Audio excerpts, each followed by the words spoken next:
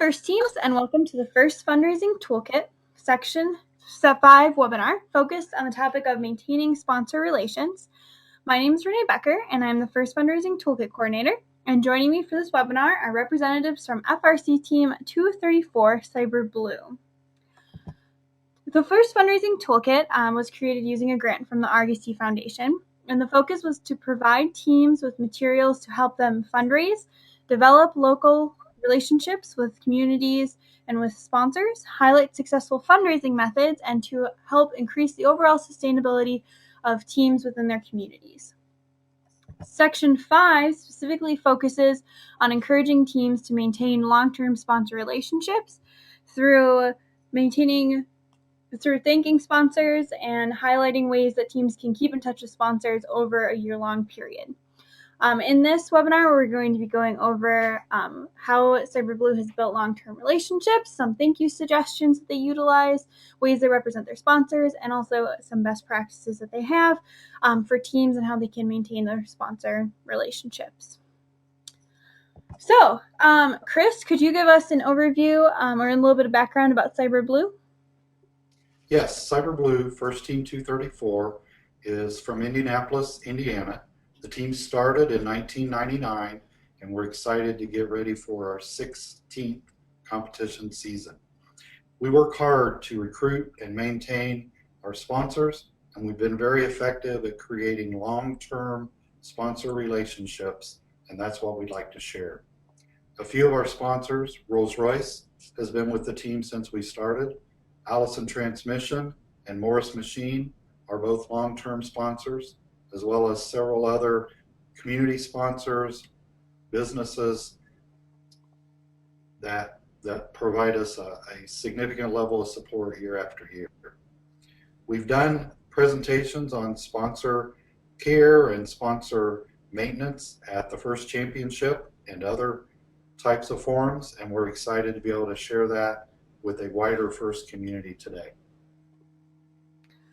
All right, let's jump right in. So let's talk a little bit about how Cyber Blue students are trained to talk to sponsors. So one of the biggest things we do is we have a sponsor workshop. This allows our students to, during a meeting, we go through a bit of training where we get to learn how to think like a sponsor. So what they're looking for in terms of who they want to give money to, and we usually give like a basic layout script so that they know just some of the general things to mention, like what FIRST is and what the team does. We also learn how to treat sponsors. So be very respectful, learn how to set up your interview, learn how to follow up afterwards, and then also how to ask for the money in the first place, because you don't want to just walk in and tell them what your team is without saying why you're there in the first place. Do you want to talk a little bit about the workshop that you put on and what some of these pictures represent? Yes. So we go through different practices of where we have people from either the community or from our team, and we go around in groups and we actually practice going in and talking to somebody like we're going in to ask for a sponsorship.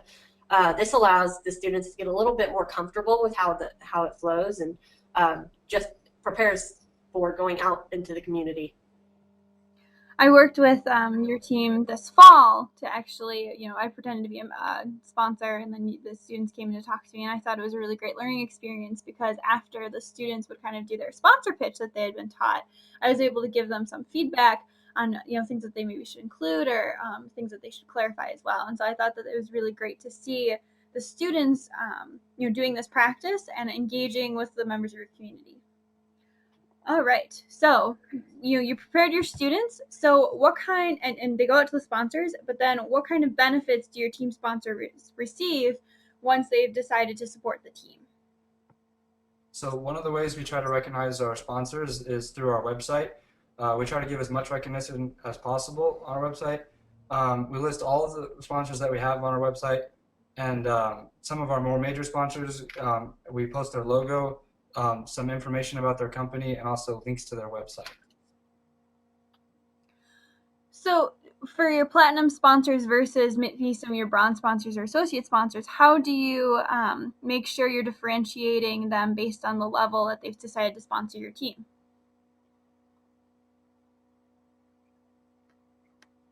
what we do is for our major big sponsors, the platinum sponsors, those would be the companies whose name would probably be on the robot. Their name would be announced when we go to the competition, and the MC announces the team. So things like that.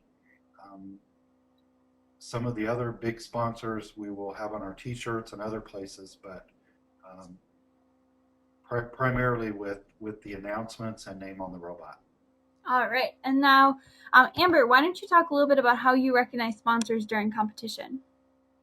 Well, during competition, we usually have some sort of display or banner in our pit recognizing every single one of our sponsors so that anybody walking by can see how our community has supported us, and we're thanking them in return by supporting them and having their name included. And then we also have different banners, and then also recognition, as Chris mentioned, on our robot, where while it's driving around, you can see who some of our major sponsors are. And then there's also a few of our sponsors also get announced with our team name at the actual competition before we start a match. And you can see the robot in this picture here, and then also on the next slide, you can see even better picture of some of those major sponsors and some of their logos. So Luke, do you want to explain a little bit more about, recognition on the team T-shirt and robot? So we try to include our major sponsors on the back of our T-shirt so that they can get recognition when we're walking around the pits and during the competitions, and then also on the robot as it's competing. And then they also announce the names that are on the robot for the matches. And what are some of the internships or some of the relationships your team has been able to develop but with these corporate companies? Usually each year, Allison Transmission and Rolls-Royce give a couple of internships to students on the team. And it's very beneficial to us and both. Excellent. No, that's fantastic. And so through these internships, Chris, do you want to expand a little bit more about, have any students become employees of your sponsors, or how does that kind of work out in terms of the long-term history of the team? Yes, we've had a very good relationship with Rolls-Royce and Allison Transmission, both with internship opportunities. Students can work part-time during their senior year as interns, and then have an opportunity to continue on after they graduate high school, and then summers while they're a college student. We've had several students that have gone on after graduating from college and received full-time offers and now work full-time for both Allison Transmission and Rolls-Royce based on initially that relationship coming out of an internship. Excellent. I think that's a very important point, that these teams are able to connect from high school students to college students to people looking for jobs, these corporate sponsors to future workforce employees. So I think the fact that your team is able to connect with your sponsors in that way is incredibly important, and I'm glad that we were able to mention it. So Amber, why don't you talk a little bit about how your team actually thanks the sponsors? I mean, we've talked about recognizing the sponsors throughout the year, but let's talk a little bit about the thank you notes and things like that. So it's very important to thank your sponsors after they agree to help sponsor your team.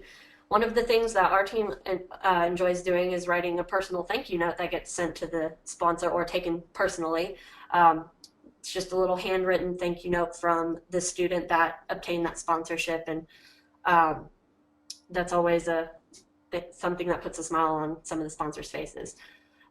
We also include an invitation to team events and meetings, so they are free to stop in anytime to see what we're doing, and they're free to come and watch us in action as well. And then we also, in years past, we've done a team poster of all the sponsors so that they can hang that in their business, and it gives them the ability to show that they sponsor us, like some restaurants do with Little League teams or other sports teams as well. Excellent. And I can see on the poster that you have, some of the major sponsors, the team robot, the team picture. What else is on the poster for the sponsors? We usually include what awards we got for that year, a picture of the robot, as you mentioned, and team picture. just so that you get like a little overview of sort of what our team's like. And then we also provide a link to our team website and our Twitter so that people can find out more if they see the poster hanging in a business. So this also sort of gets our team some advertising as well. That's clever. That's a good way to do that. All right. And now, obviously, having a sponsor, this isn't, a one and done type of relationship. This is something that needs to be maintained, over the period of a year, and so that it can be picked up again in future seasons. So let's talk a little bit about how the team engages sponsors during the preseason or postseason time period. So each year we have personal contact. So we try to get the student that had the sponsor or got the sponsor last year, or a new kid, to go and talk to them and re-thank them, and then ask for sponsorship for that year. And then we also do demonstrations with our previous year's robot if the sponsors would like to see that. And then what about the build season? Is there anything that the team does to interact with sponsors during that period of time? I know teams are normally really busy. Well, a couple of our biggest events that we do during build season, about halfway through the build season, we actually host a critical design review where we invite some of the engineers from sponsors like Allison's Transmission and Rolls-Royce and Moore's Machine to come, and we put on a presentation of what we've decided to do for our strategy for the game for that year, and then also a little bit about what the actual robot will look like. And we usually, as you can see in the picture in the top right, bring a prototype so that they can see and poke around. And this allows not only our sponsors to see what their money is going towards, it also allows them to offer very helpful critique and feedback for the team.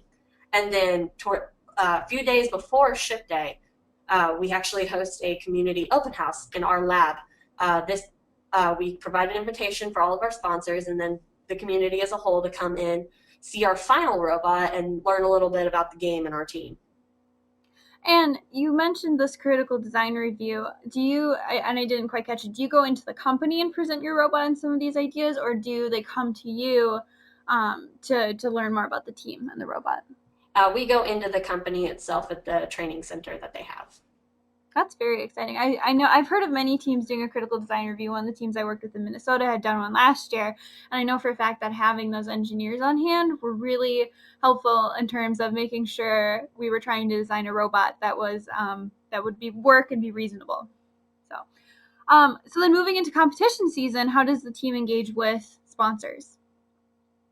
So we try to make an effort to invite all of our sponsors to our competitions, and then we encourage them to come to the pits, see how our robot's working, see all the stuff that we're doing, watch our matches, and just enjoy the events. And then a lot of the people that end up coming, we give VIP tours, and we make sure some of our students are leading those so they can get more information about what's going on. Excellent. That personal connection in those VIP tours, I think, is really important. And then they're also able to see the team in action, see the finalized robot, watch them in the pit.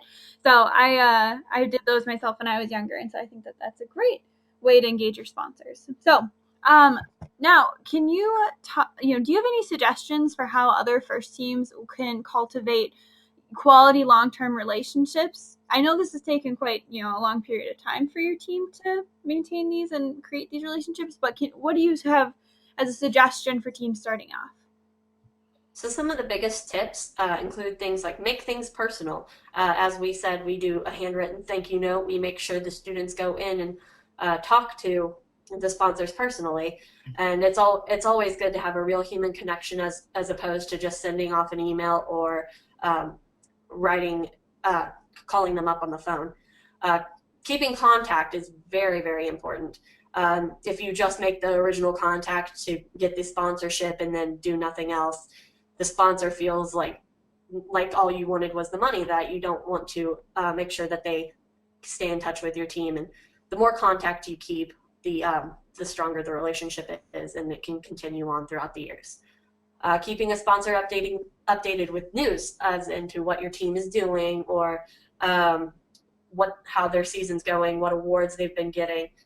The sponsor always likes to hear where their money is going and how well the team is doing and what they're doing in the community. As you can see on the picture on the right, we had a demo a couple months ago with our superintendent, and we had him drive the robot, and he had a blast with that. And then also being helpful if they request maybe like a t-shirt, or if they'd like to have a demo, or if they want to come into the lab and see what we're doing. Just anything and anything you can do for your sponsors is always a bonus. And you mentioned this keeping contact and updating them with news. How do you do that? Is it over the phone? Is it through email? Do you have a newsletter? Talk a little bit more about that contact piece. Social media is actually one of the biggest things that we do in order to keep contact. We update our Twitter quite frequently, and then we also have a Facebook page which we update with photos and just little blurbs about what we're doing. And then we also upload pictures and little blogs about our team on our team website as well. And this also helps. And then we also send a sponsorship email out to every community sponsor throughout the year as well. Wonderful. Chris, do you have any last suggestions for teams who are working to make sure that they have these quality long-term relationships with their sponsors? I think that just about everything's been covered. One of the keys is to make it personal, to understand that your sponsors have lots of people knocking on their door requesting money and requesting relationships. So you need to help them understand why FIRST is different and why this is beneficial for them and for you.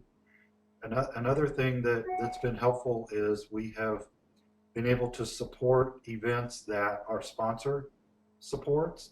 So with Rolls-Royce, there was a Pack to School program that collected backpacks for elementary school students that needed those. So we've made that a project that we do through the Indiana Robotics Invitational and other events. We've been to company open houses. We do demos whenever anyone asks us, and we just try to support things that our sponsoring companies support to create that extra relationship with them. Excellent. Well, thank you so much for coming on today. Teams, if you have any questions, feel free to contact me through rbecker@usfirst.org. And just thank you so much for Cyberblue for coming on and just talking about how you maintain your sponsor relationships. I really appreciate the time that you took to create this webinar. Thank you. You're welcome. We've enjoyed being here today, and we like sharing our information. So if anybody ever needs to ask any other questions, we're available as well. Wonderful. All right. Thank you and have a great night.